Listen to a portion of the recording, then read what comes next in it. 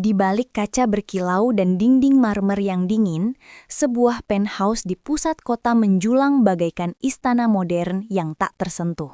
Dari kejauhan, bangunan itu adalah lambang kemenangan, kemewahan, dan kesempurnaan. Namun, semakin dekat, bayangannya menimbulkan rasa gentar yang sulit dijelaskan, seolah ada rahasia yang menjerit untuk didengar, tetapi terkunci rapat di balik pintu emas yang hanya bisa dibuka oleh darah yang sama. Keluarga ini dikenal sebagai raksasa bisnis. Nama mereka terukir di puncak kekayaan negeri, wajah mereka menghiasi sampul majalah Forbes dan Vogue, dan setiap gerak-gerik mereka disoroti oleh kamera paparazzi. Dunia melihat mereka sebagai simbol harmoni keluarga sukses. 5 bersaudara yang saling menopang, saling melindungi, dan bersama-sama mendaki singgasana kejayaan. Tapi apa yang tidak pernah diketahui orang banyak adalah bahwa di balik foto keluarga penuh senyum itu tersimpan sebuah dosa yang nilainya lebih mahal daripada seluruh harta yang mereka miliki. Lia, satu-satunya perempuan, putri mahkota keluarga, permata yang dikelilingi 4 singa jantan. Ia adalah simbol kelembutan di tengah kekuasaan, ikon keanggunan di antara ambisi. Namun justru karena status itulah, posisinya berubah di dalam rumah. Di luar, ia dipuja. Di dalam, ia dipenjara. Bukan lagi sekadar adik perempuan, melainkan ratu yang harus tunduk pada aturan 4 raja. Aris, sang sulung yang dingin dan penuh kendali, Bimo, si karismatik manipulator, Cakra, pemberontak emosional, dan Dani, si bungsu polos yang justru paling berbahaya karena ketergantungannya pada Lia. Ketika malam menjatuhkan tirainya, penthouse itu berubah. Senyum manis yang dipamerkan di siang hari luntur bersama segelas anggur merah yang dituangkan ke kristal. Gaun pesta yang berkilau berganti menjadi rahasia yang lebih telanjang dari kebenaran. Dalam gelap, mereka tak lagi sekadar keluarga.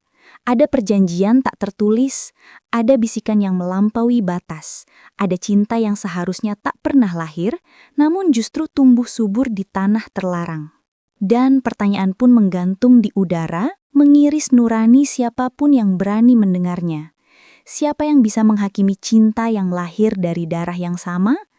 Apakah moralitas dunia bisa menembus dinding marmer ini? Ataukah uang dan kekuasaan cukup untuk membeli pengampunan bahkan atas dosa yang tak terampunkan? Inilah kisah yang akan mengguncangkan iman, logika, dan batasan. Kisah tentang keluarga yang terlihat sempurna di luar, tetapi hancur oleh rahasia paling kelam di dalam.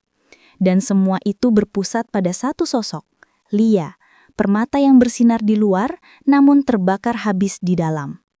Di mata dunia, Lia adalah representasi kesempurnaan. Lahir di keluarga konglomerat, ia tumbuh dengan segala fasilitas terbaik. Sekolah di luar negeri, dikenakan gaun rancangan desainer papan atas, menghadiri pesta eksklusif di hotel bintang 5, dan selalu tampil anggun di depan kamera. Namun, di balik senyum ramah dan postur percaya diri itu, tersembunyi sesak yang tak pernah bisa ia tunjukkan. Ia tahu setiap langkahnya diawasi, setiap geraknya dinilai. Ia bukan manusia bebas. Ia simbol, ikon, sekaligus alat kebanggaan keluarga. Saudara-saudaranya adalah 4 pilar yang menopang imperium bisnis keluarga. Aris, sang sulung, dingin dan penuh kendali. Dari kecil ia terbiasa memimpin, mengambil keputusan dengan wajah tanpa ekspresi. Bimo, si anak kedua, menawan dengan tutur kata dan karisma, tetapi selalu ada racun halus dalam senyumannya. Ia tahu bagaimana memanipulasi orang lain untuk menari sesuai kehendaknya. Cakra, anak ketiga, adalah badai, emosional, liar, selalu menantang aturan, namun diam-diam terikat pada Lia lebih kuat dari yang ia sadari. Dan Dani, si bungsu, polos, rapuh, seperti anak yang tak pernah benar-benar dewasa. Dialah yang paling sering menempel pada Lia, mencari perlindungan seolah dunia terlalu berat baginya. Hidup mereka bagai panggung sandiwara dan Lia adalah aktris utamanya. Namun retakan mulai tampak pada liburan keluarga di sebuah villa mewah di tepi laut, jauh dari sorotan publik. Di sanalah, jauh dari mata dunia, luka masa lalu kembali menghantui. Malam itu setelah pesta kecil dan tawa di pinggir kolam, Lia mendapati Dani duduk sendirian di dermaga, menatap bintang dengan mata basah. Ia menggumamkan nama orang tua mereka yang sudah lama tiada. Lia mendekat, mencoba menenangkan, tangannya menyentuh pundak Dani lalu beralih memeluknya. Hanya sebatas pelukan, Lia pikir. Hanya kenyamanan yang tak pernah bisa lagi mereka rasakan sejak kehilangan ayah dan ibu. Namun malam itu pelukan berubah menjadi sesuatu yang tak seharusnya. Dalam keheningan laut, dalam gelap malam, ada kelemahan yang tak terkendali. Dani dengan kepolosannya bersandar lebih dekat. Lia tidak menjauh, dan disitulah pintu pertama terbuka, pintu menuju wilayah yang seharusnya tak pernah mereka masuki. Sejak malam itu, Lia tahu ada sesuatu yang berubah, bukan hanya di dalam dirinya tapi juga di antara mereka berlima. Ada retakan yang awalnya nyaris tak terlihat, namun semakin hari semakin melebar. Retakan yang kelak akan meruntuhkan seluruh bangunan megah yang mereka banggakan. Sejak malam di dermaga itu, Lia merasa dunia di sekelilingnya berubah. Setiap tatapan Dani kini berbeda, lebih dalam, lebih bergantung. Seakan-akan ia menemukan rumah di dalam diri Lia. Di satu sisi, Lia dilanda rasa bersalah yang membakar dadanya. Di sisi lain, ada sensasi aneh yang tak bisa ia bantah, sebuah rasa yang tak pernah ia temukan dari siapapun sebelumnya. Ia ingin melupakan, ingin berpura-pura tidak pernah terjadi. Namun, bayangan itu terus datang, terutama saat malam tiba dan sepi menjerat. Namun rahasia itu tidak lama hanya milik mereka berdua. Aris, si sulung, lebih tajam daripada yang Lia kira. Dengan mata dingin penuh kendali, ia segera memahami apa yang terjadi. Tidak dengan kemarahan, melainkan dengan logika yang mematikan. Lia, ucapnya suatu malam di ruang kerja berlapis kaca. Kau bukan sekadar adik kami, kau adalah pusat keluarga ini. Jika kau rapuh, maka kita semua hancur. Jangan pernah berpikir bahwa dunia luar akan mengerti. Mereka akan membunuh kita dengan moralitas palsu. Jadi, biarkan kita yang menjagamu dengan cara kita sendiri. Bimo, sang manipulator, menambah racun halus pada situasi itu. Dengan karisma yang menawan, ia meyakinkan Lia bahwa apa yang terjadi bukanlah dosa, melainkan bentuk cinta paling murni. Cinta yang lahir dari darah yang sama, cinta yang tak akan pernah bisa dihancurkan dunia luar. Cakra, si pemberontak, justru melihat ini sebagai tantangan. Baginya, jika Lia adalah wilayah terlarang, maka semakin ia ingin menembusnya. Dan begitulah, perlahan Lia terjebak dalam lingkaran emas. Tidak ada rantai di pergelangan tangannya, tetapi setiap tatapan, setiap kata, setiap kehadiran saudara-saudaranya adalah jerat yang tak terlihat. Mereka menyebutnya kontrak tak tertulis, sebuah perjanjian yang tidak pernah diucapkan dengan lantang, tapi dirasakan oleh semua orang. Rahasia ini hanya boleh hidup di dalam dinding rumah mereka, tersembunyi dari dunia luar. Lia tidak lagi bebas menentukan, ia dipaksa memilih, menolak dan membiarkan keretakan menghancurkan keluarga, atau menerima peran barunya sebagai pusat penopang sekaligus tawanan dalam kerajaan rahasia ini. Di titik itu, Lia sadar, kemewahan yang selama ini ia nikmati hanyalah jebakan. Gaun sutra, permata, pesta megah, semuanya hanya topeng untuk menutupi penjara yang kian mengecilkan ruang geraknya. Dan semakin ia mencoba melawan, semakin dalam ia terseret dalam pusaran yang diciptakan saudara-saudaranya sendiri. Ia bukan lagi putri mahkota. Ia telah menjadi ratu. Ratu yang dimahkotai bukan oleh cinta, melainkan oleh keterlarangan. Rahasia tak pernah benar-benar bisa dikubur. Sepandai-pandainya mereka menutup celah, selalu ada mata yang memperhatikan. Keluarga itu, dengan segala kemewahan dan ketenaran, adalah santapan empuk bagi gosip. Tetangga, kolega bisnis ayah mereka, bahkan para pelayan yang bekerja di rumah besar itu, semua menyimpan rasa penasaran. Dan Lia, yang dulunya hanya bayangan, kini semakin menjadi pusat perhatian. Senyum yang ia pasang di depan publik mulai terasa kaku. Tatapannya sering kosong, langkahnya tergesa, seperti boneka yang kehilangan arah. Lalu datanglah tamparan pertama. Seorang jurnalis investigasi mencium ada sesuatu yang janggal. Ia menulis artikel samar tentang putri adopsi yang terlalu dekat dengan saudara-saudaranya. Artikel itu hanya sebaris gosip tak berdasar, tapi cukup untuk membuat keluarga mereka gemetar. Aris segera mengambil alih situasi. Dengan uang dan kuasa, ia menutup berita itu, membungkam mulut yang terlalu berisik.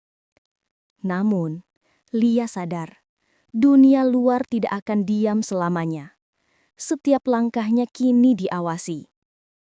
Ancaman semakin nyata ketika seorang sahabat dekat Lia yang diam-diam mencurigai perubahan sikapnya, berani bertanya langsung.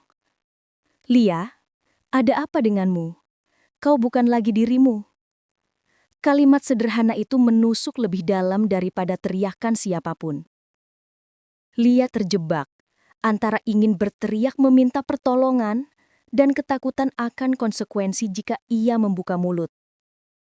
Bagaimana mungkin ia menjelaskan bahwa cintanya kini adalah dosa yang tak bisa ditebus? Sementara itu, di dalam rumah, saudara-saudaranya semakin protektif, hampir obsesif. Dani semakin sering mengunci pintu kamarnya bersama Lia. Aris mulai mengatur jadwal ketat agar Lia tak pernah keluar tanpa pengawalan. Bimo menyusupkan kata-kata manis di telinganya. "Dunia tidak akan pernah memahami kita. Lebih baik kau diam di sini, di antara kami." Dan Cakra dengan senyum licik menganggap semua ini sebagai permainan berbahaya yang membuat darahnya berdesir. Lia merasakan dinding semakin menutup. Ia berada di ambang jurang. Satu langkah salah, dan rahasia itu akan meledak menjadi skandal nasional. Bukan hanya reputasi keluarga yang hancur, tetapi juga hidupnya sendiri. Dan yang lebih menakutkan, ia tidak lagi yakin apakah ia ingin melawan atau justru menikmati rantai yang mengikatnya itu. Di luar sana, badai sudah menunggu. Skandal itu hanya menunggu satu percikan kecil untuk meledak. Pada akhirnya, tidak ada rahasia yang bisa dijaga oleh banyak hati. Yang pecah bukanlah dinding rumah itu, melainkan ikatan di dalamnya. Dan pengkhianatan selalu datang dari orang yang paling tak terduga. Suatu malam, ketika pesta keluarga digelar dengan meriah, Lia mencuri waktu untuk bernafas di taman belakang. Udara dingin menusuk kulitnya, tapi pikirannya lebih sesak daripada udara malam. Saat itulah Cakra menghampiri. Dengan tatapan liar yang biasa ia sembunyikan di balik sikap santai, ia menyingkap kartu terakhirnya. "Kau pikir hanya Dani yang bisa memilikimu? Kau pikir Aris yang bisa melindungimu selamanya? Lia, aku juga punya hak atasmu." Kata-kata itu membuat darah Lia membeku. Selama ini ia tahu Cakra pemberontak, tapi tak pernah menduga ia akan seberani itu. Lia berusaha lari tapi Cakra menahan lengannya.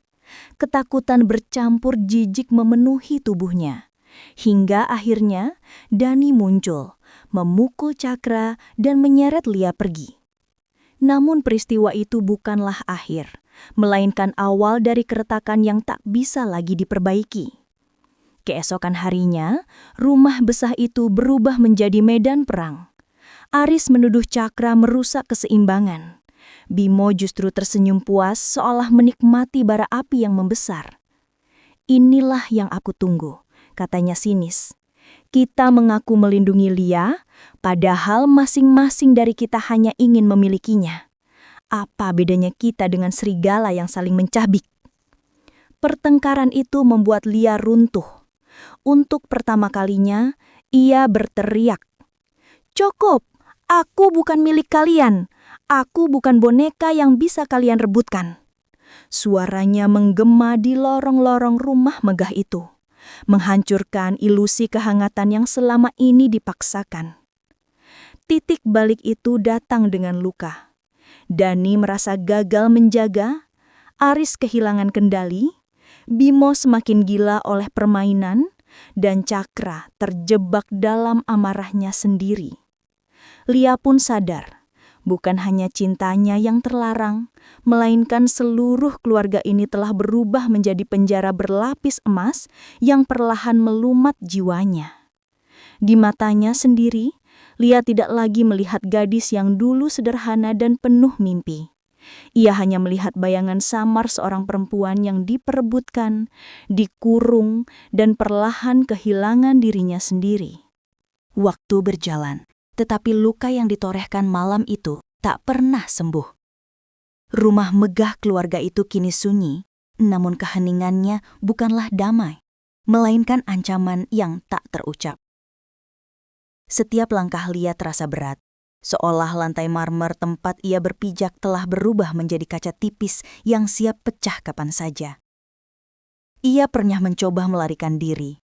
Beberapa kali, dengan koper kecil dan air mata yang nyaris menghapus riasan wajahnya, Lia berdiri di pintu. Namun, tangan Aris selalu lebih cepat. "Kalau tidak bisa pergi," bisiknya, dengan suara yang terdengar lebih seperti putusan hakim daripada kalimat seorang kakak. "Tanpamu, kita hancur." Bimo dengan karisma yang sering menipu orang luar, mendekatinya dengan cara berbeda. Ia merayu, menjanjikan kebebasan yang hanya bisa ia dapatkan jika tetap berada dalam lingkaran mereka. "Dunia luar tak akan pernah menerima kita.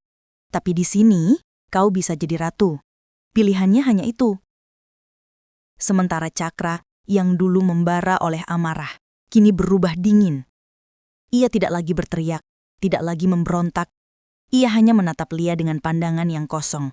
Pandangan yang membuat Lia bergidik, karena di dalamnya tersimpan ancaman yang tak lagi membutuhkan kata-kata. Dan Dani, satu-satunya cahaya kecil yang tersisa, juga mulai pudar. Tekanan terlalu besar membuatnya rapuh. Ia pernah berkata pada Lia dengan suara gemetar, "Andai aku bisa membawamu pergi, tapi aku bahkan tak bisa menyelamatkan diriku sendiri." Kalimat itu menghantam Lia lebih keras daripada semua kekerasan yang pernah ia alami. Hari demi hari, Lia hidup seperti boneka porselin yang dipajang di ruang tamu. Parasnya tetap sempurna, gaunnya berkilau, senyumnya memikat para tamu yang datang ke gala mewah. Namun di balik tatapan itu, ada kehampaan yang tak seorang pun berani sentuh. Sampai suatu malam, di sebuah pesta besar, Lia berdiri di samping keempat saudaranya. Sorotan kamera berkedip-kedip, musik klasik mengalun, dan gelas sampahnya beradu. Semua orang melihat keluarga sempurna itu, simbol kekuatan bisnis yang tak tergoyahkan. Tetapi, di balik senyum Lia, ada pertanyaan yang menggantung di udara. Apakah ia masih hidup sebagai dirinya sendiri? Atau hanya cangkang kosong yang dipaksa bertahan? Apakah rahasia itu akan terkubur selamanya?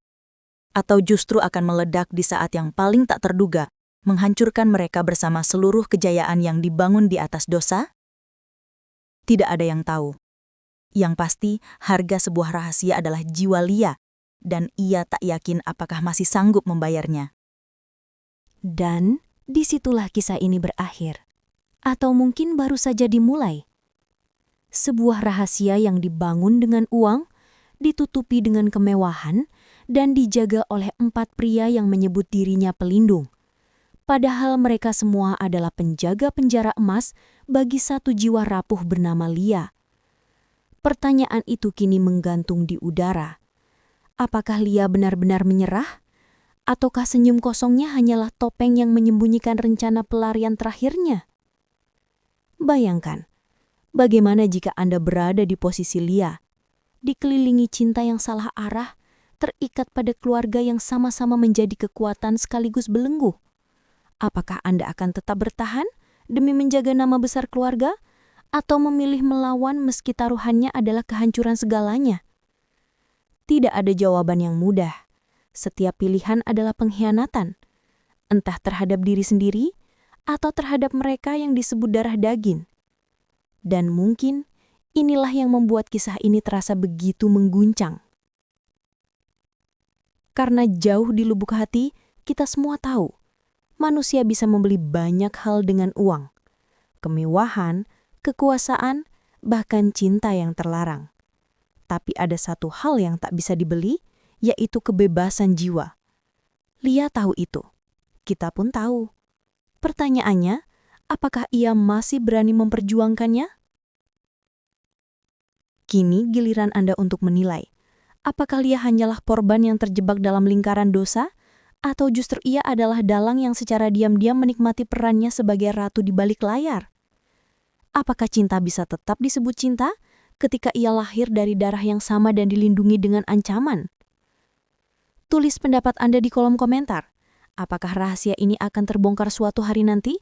Atau justru terkubur selamanya di bawah lapisan marmer megah dan pesta glamor keluarga itu? Jangan lupa tekan tombol like kalau kisah ini membuat Anda merinding, share agar lebih banyak orang ikut menyelami dilema mengerikan Lia, dan tentu saja subscribe agar tidak ketinggalan kisah-kisah lain yang akan kami hadirkan di Ruang Kisah, karena di sini setiap cerita bukan sekedar hiburan, tetapi sebuah cermin yang memaksa kita menatap sisi tergelap dari diri dan dunia di sekitar kita. Sampai jumpa di episode berikutnya. Siapkan hati, karena mungkin rahasia berikutnya lebih dekat dengan kehidupan nyata Anda daripada yang Anda kira.